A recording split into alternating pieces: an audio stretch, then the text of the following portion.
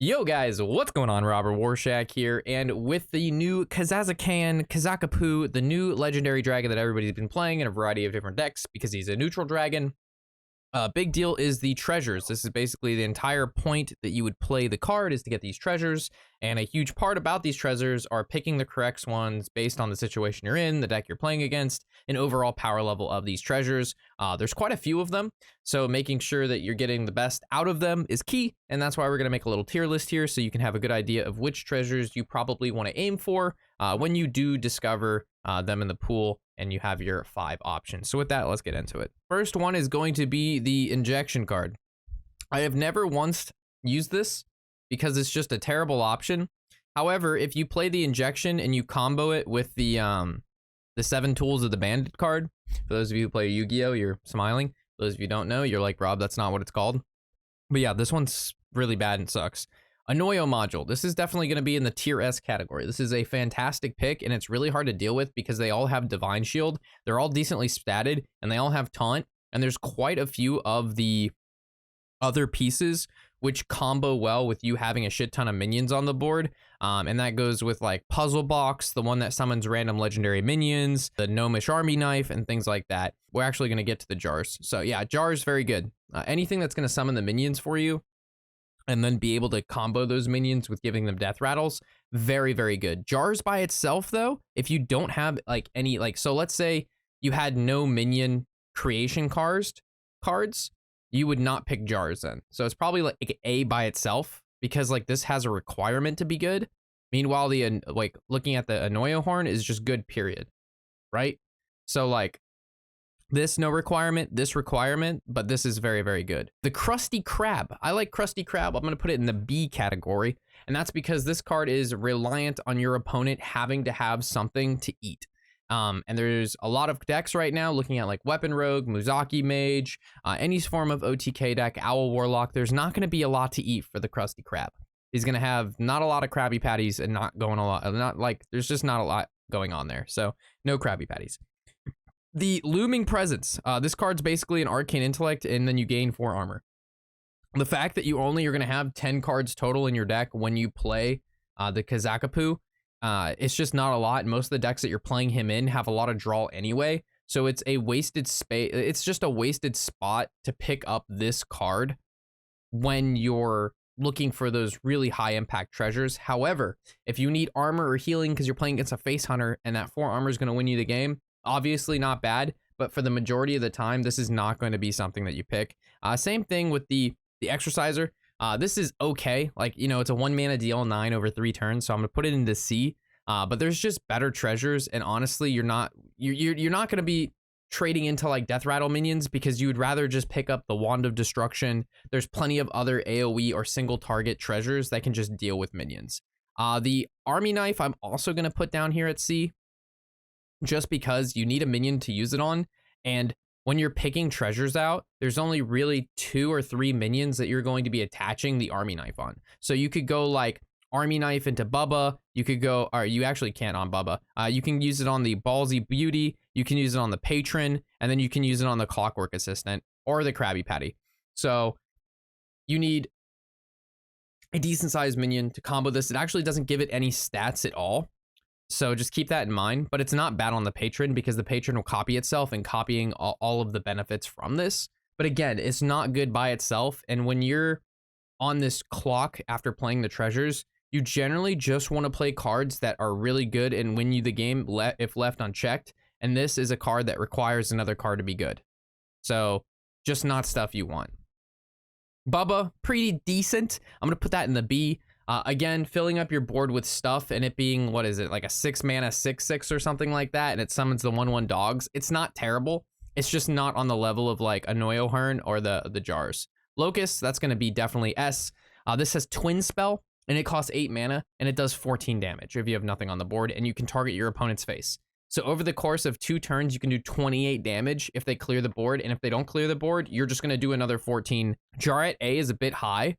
How? Legendary minions are fantastic, and it synergizes with most of the other treasures.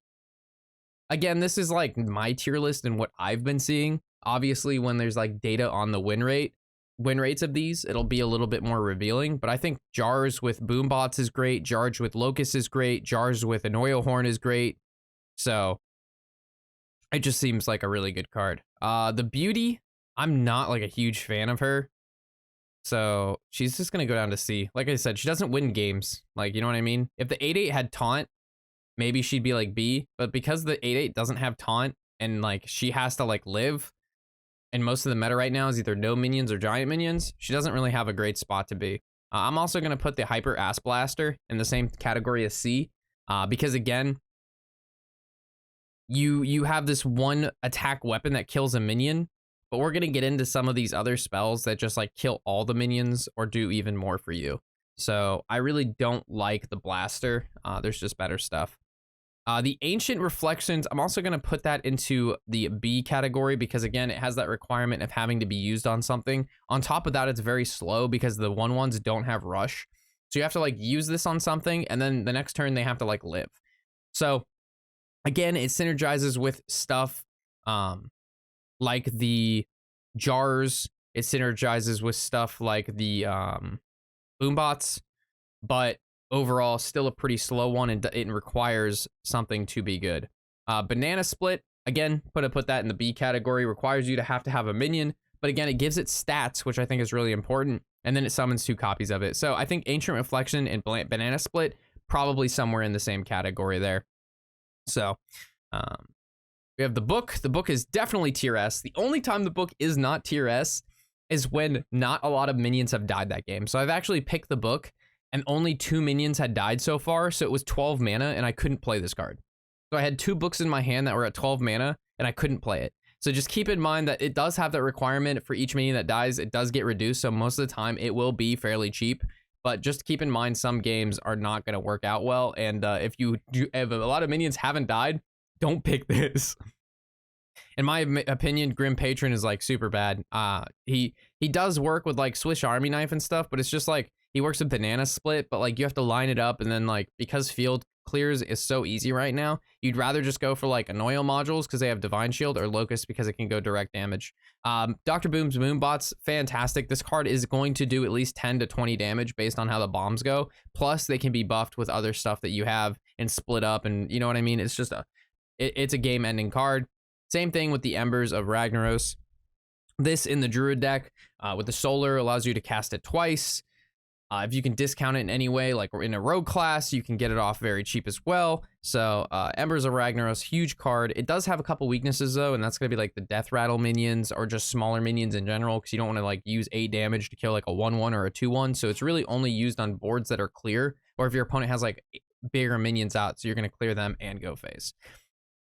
These next 2 are kind of like close in order. It's going to be the Hilt of Quel'Dalar and then the Blade of Quell. While I'm going to put these in tier S, just because if you can get this weapon, it's amazing and game ending. However, you most of the time will not be getting this weapon. So I'm just going to use the assumption that you will be getting it if you go for it. Because if you do get like 1 piece early, it makes a lot of sense to try to finish it off. But like if you're on like Discover 3, 4, or 5, and then you get your first piece, then you probably don't pick it, right? But if you do get the sword, it is the best treasure, if not one of the best, because it's going to hit them for 4, and then it does 4 to everything on their side of the board, and it's a 4/4 weapon. We've gotten this weapon off quite a few times, and it's amazing. So I'm going to do, like, obviously, when it's built, how good it is, because that's why it's there. Obviously, in the pieces, it's garbage. So, like, just the pieces themselves are D, but I'm under the assumption that we're getting the weapon. So the Holy Book, I'm going to put this under A. This is a fantastic card because it's very, very good against other druids if you're playing them. So they're going to play like a big minion or a big Death Rattle minion or like a Yogg or whatever, another dragon, and you're going to be able to kill that up. It's going to silence it first, and then you're going to get a copy of it. So the Holy Book, I've actually lost to quite a few times. Just because like they eat your crab, but then you Holy Book their crab. So it's just pretty solid. The Wax Rager is chilling. This guy's not bad. We've won a couple games because of him as well. Even against Priest, just because he's a 3 mana 5/1, and he's really never gonna die. If you're playing against like a rogue or like a priest who do have like bounces or silences, it's a bit rough. Also, if you happen to be playing against another druid and they have like Wand of Disintegration, that's a bit rough as well. But for most decks, Wax Rager is a very, very hard card to get rid of. And he's not a bad pick if like, you know, if your options are like Beastly Beauty and Hyper Blaster, you know, Wax Rager is probably a little bit better. Necrotic Poison, I think this card's fucking trash. There's no reason to pick Necrotic Poison when there's like Vampiric Fang and the Wand of Disintegration at your disposal. So definitely not going to pick those. Pure Cold, this is not amazing like Dr. Boom's and Book, but it's also a lot of burst damage, and it's pretty good because it freezes your opponent if they happen to be a weapon-based deck. So I'm going to put Pure Cold as an A because it's not quite as good as Locus or the Book, but it's still very, very good. So we're going to put the Pure Cold up there. Puzzle Box, again, has the requirement of being to be used alongside other minions, and those minions being Bubba, Ancient Reflections, and Locus. So we're going to put that down here in the middle, just because it's a pretty solid card, but again, it has that requirement of being used on other stuff.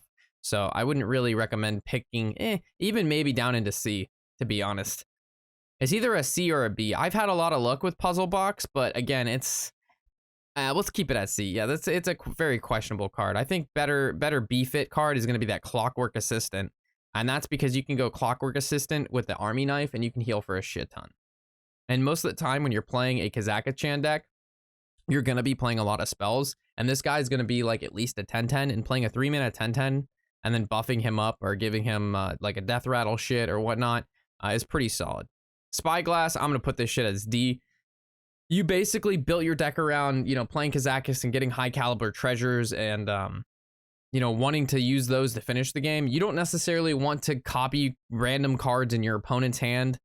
I mean, there are certain occasions where if you know you're playing against another Kaz deck and you didn't get a good option and you think they did, you can Spyglass their hand to get a Kaz option and discount it. But again, those are very particular situations. And I'm looking at like just overall, this is not going to be a treasure that you want because you just want treasures that are good, like Staff of the Scales. Like this card, it's a 5 mana. You get 3/3 poisonous rush snakes, and they have Reborn, so you can kill up to 6 minions of your choice for 5 mana. It is so good. It's a fantastic removal tool, and exactly why you don't run like Necrotic Poison. Like you just why spend 2 mana to kill 1 minion when you can summon 3 1/1 rush poisonous snakes with Reborn. Same thing goes for the Rage. I'm not super sold on the Vampiric Fangs. It's really only good when you need that single target removal and heal. So I guess I'll put it into B because it's not terrible. It's 3 mana, you get health and you kill something.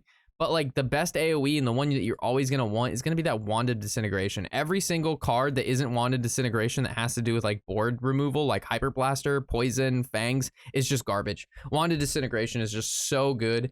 And it's the AoE you want. And if it gets brought up, it's silly not to pick it. However, if you have to pick between like, you know, Annoyo Horn, Wand of Disintegration, and like Dr. Boombots, then you're going to have to make a decision based on your matchup. What's your health looking like? What are your other discovers and stuff like that? But generally, if you have the options, this is kind of the layout of the land of what I would pick and I view good and the ones that I view bad. So with that, you have any other comments on this, guys? Or if you find something that I put here completely wrong and you would disagree with me thoroughly, feel free to leave your thoughts and explain why those are your thoughts in the description below. I always enjoy reading your guys' responses to these kinds of videos. And with that, appreciate you guys watching as always. Hopefully this helps. I'm Robert Warshack, and happy whatever the hell day it is.